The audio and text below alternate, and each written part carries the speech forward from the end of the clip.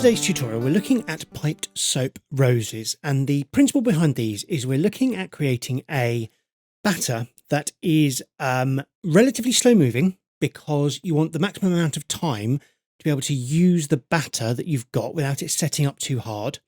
And you also want it to be at that consistency long enough to be able to get all these roses out.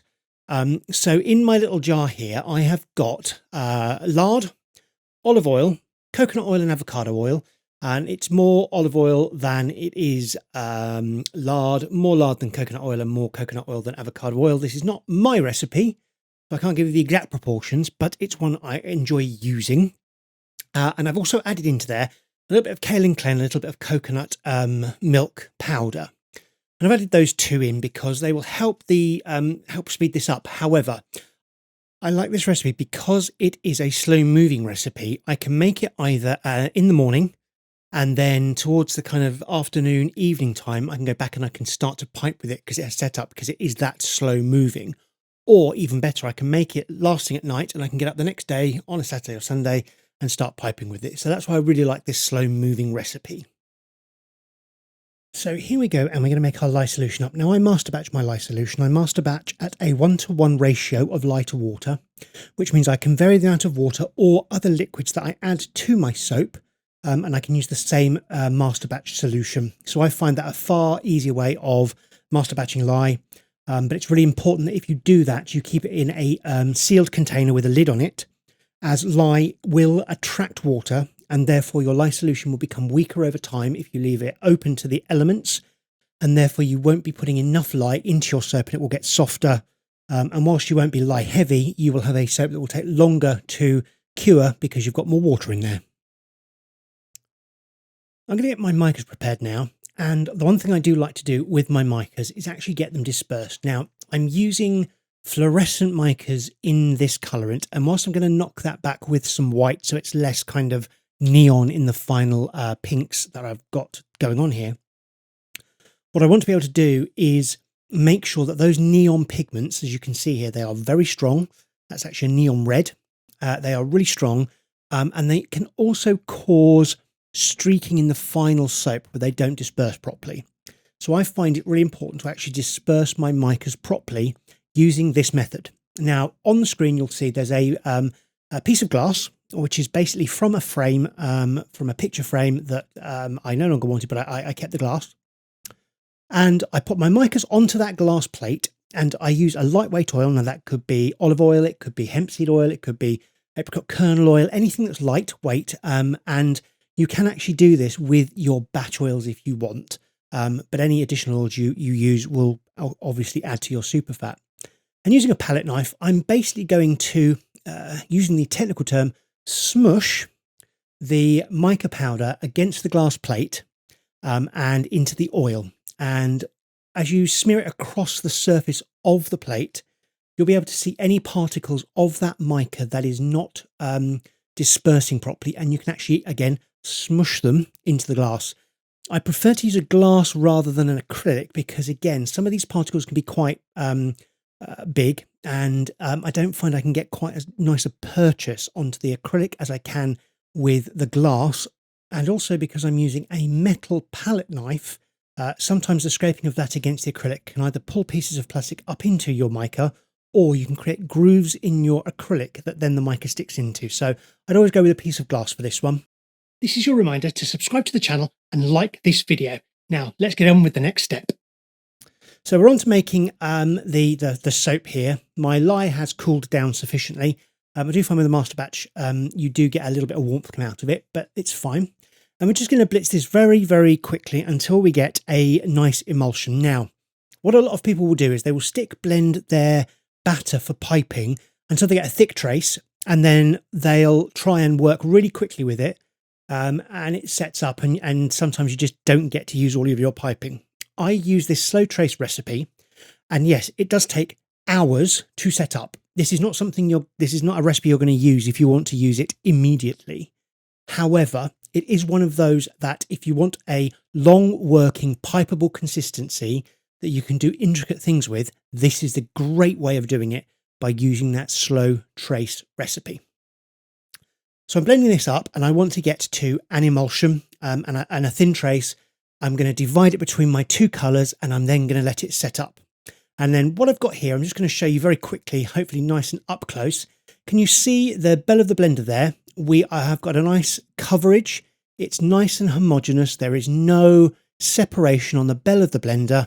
That's an emulsion. And we're probably going to just leave it there. We're going to separate it out and we're going to let that come to its own thickness. And there's a trick I'll show you a little bit later on as to how to know when you get to the right consistency. So I'm going to separate this out into two jars. I'm using my oil jug that I used previously for half of my oil. I'm eyeballing this using the marks on the side of the jug. They don't have to be accurate. And then this is my dispersed mica with a little bit of titanium dioxide. And you'll see how quickly I can mix my micas in because they are dispersed properly. So just dividing this up roughly half and half. When we don't need to be uber accurate with it.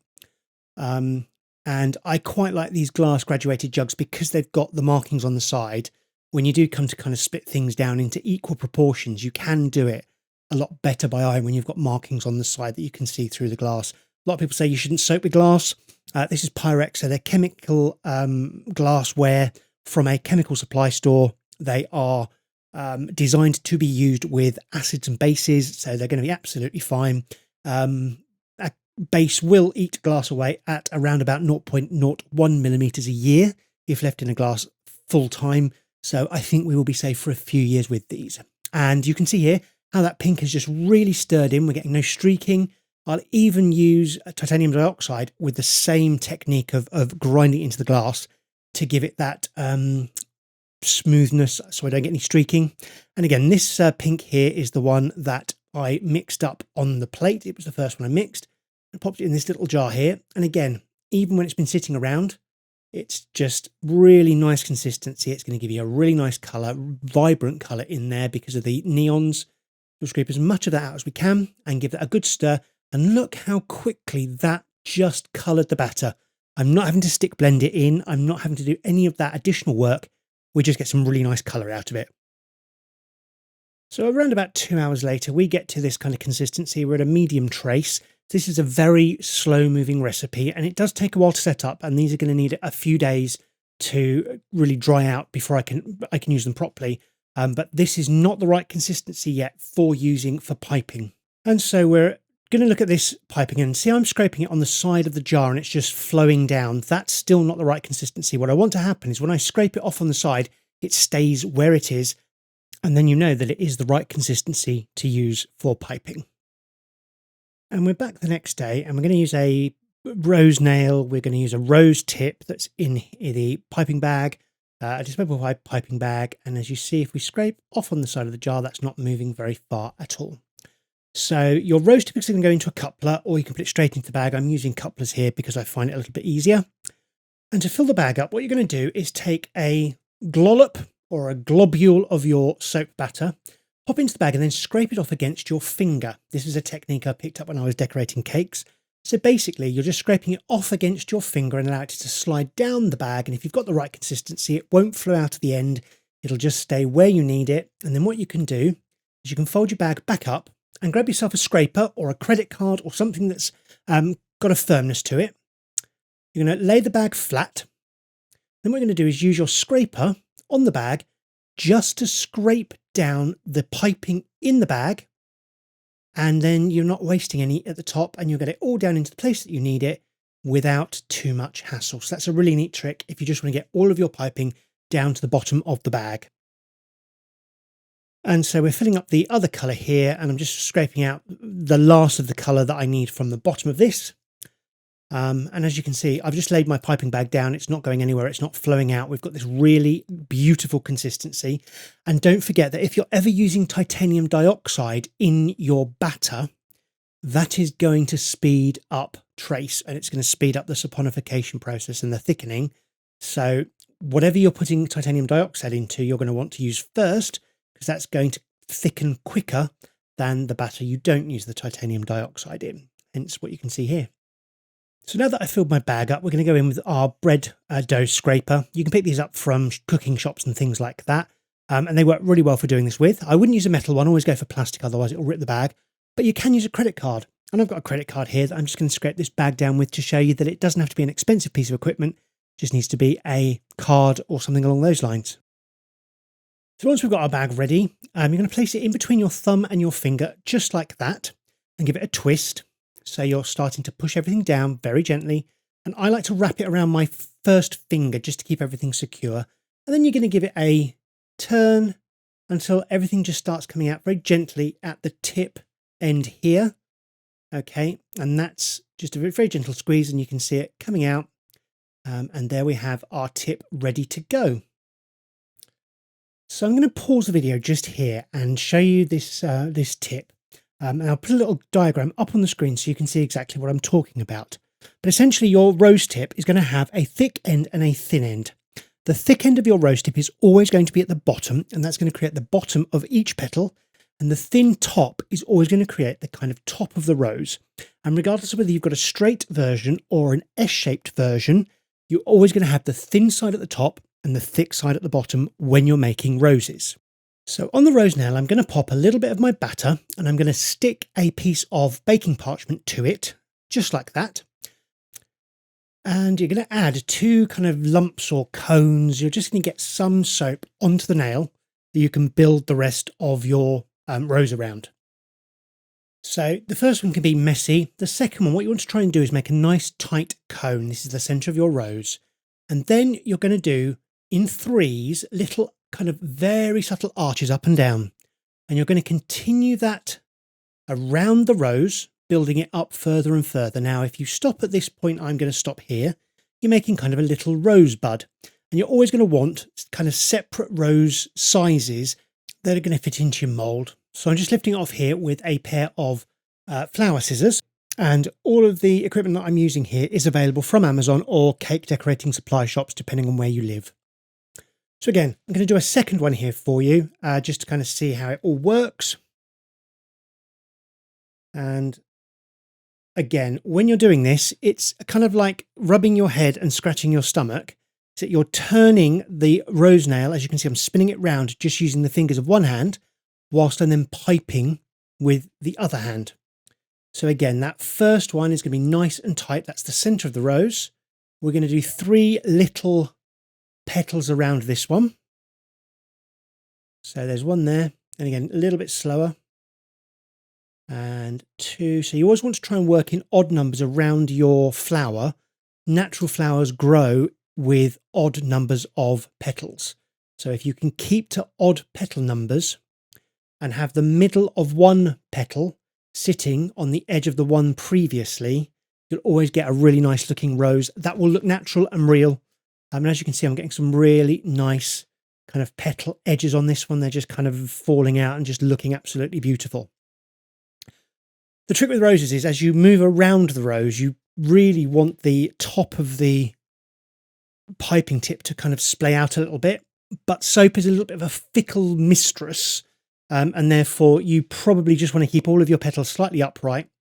And as you can see here, whilst I'm not super laying it out to the edge, as the flower petals get larger, you can see that they're just naturally falling in the right position for me. And then we're just going to finish this one off with a couple of others. And there we have piped soap roses. So I will do a couple of others just while we kind of finish this off. But it's really important to say this is not a technique you're going to pick up straight away. It's going to require practice. It's going to require you to do a little bit of work beforehand in order to get it. And the best way I can recommend to practice these is with something that's not setting up as you're working with it constantly. So I would make some buttercream, just some butter and some icing sugar, mix it together until you get the consistency that you like. Pop that into a piping bag with the tips in it and practice, practice, practice, practice, practice. The more you practice it, the more muscle memory you get. I've probably piped in excess of hundreds, if not thousands, of roses for cakes. So this muscle memory comes quite naturally to me, and I've kind of done it again and again. If you haven't done this sort of thing in the past, you need to practice it before you then get into something that's going to set up very quickly.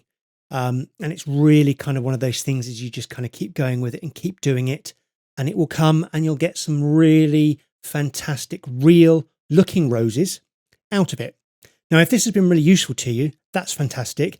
And if you'd like me to show you how to pipe other flowers like carnations or dahlias or things like that, leave a comment down below with what flowers you'd like to see piped next. And I'll try and do some more videos like that for you. So if you've enjoyed this video, please give it a like. And if you haven't already, please subscribe to my channel. It really helps me grow and allows me to make more videos and tutorials for all of you. When you subscribe, don't forget to click the bell icon if you'd like to get notified when a new video is uploaded. And thanks a lot, Soapsters. I'll see you again next time.